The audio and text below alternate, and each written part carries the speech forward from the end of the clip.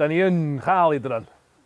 Da ni'r un peth ar idiot yna fan'na efo corsa sy'n mynd rownd ar y nos bob nos. Ne festas ydi ar y funud. Da ni'n mynd un peth. Fedrwch chi fynd yn mental efo modifyio car. Ti'n gallu expresio dy hun yn dy gar, dwi? Modifyio car ydy jyst newid car ddod o factory I tas chdi. Os ydych chi'n gwneud beth well, dwi'n mynd yn gwneud o well. Os ydych chi'n gwneud yn gynt, dwi'n mynd yn gwneud yn gynt. Gwneud o handlo'n well, gwneud o fwysal, o wynio'n teiar. Jyst newid o'r alloys, newid lliw o'r alloys, lowr o.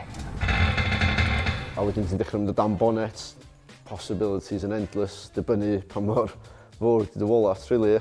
Skoda Felicia pick-up ydi hwn. Sydd ddim llawer o hynny ar ôl yn ymwneud I mwy. Suspension lowered, widenio arches I gyd, wheels newydd, geir dash gyd ydi, electric windows, electric mirrors, engine conversion, update o front o non-facelift I facelift. Heated leather seats allan o Audi TT. Fedrwch chi ddim stopio.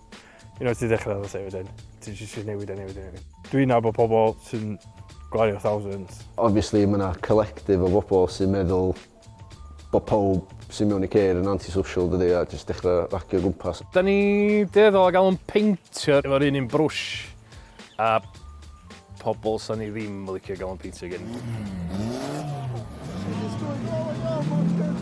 Dwi'n meddwl jyst achos bod nhw'n ifanc dio, maen nhw'n gallu rhoi enw drwg I grŵp fatha ni. Mae'n cymryd un idiot I rhoi enw drwg I grŵp, ond na, da ni'n pobl neis.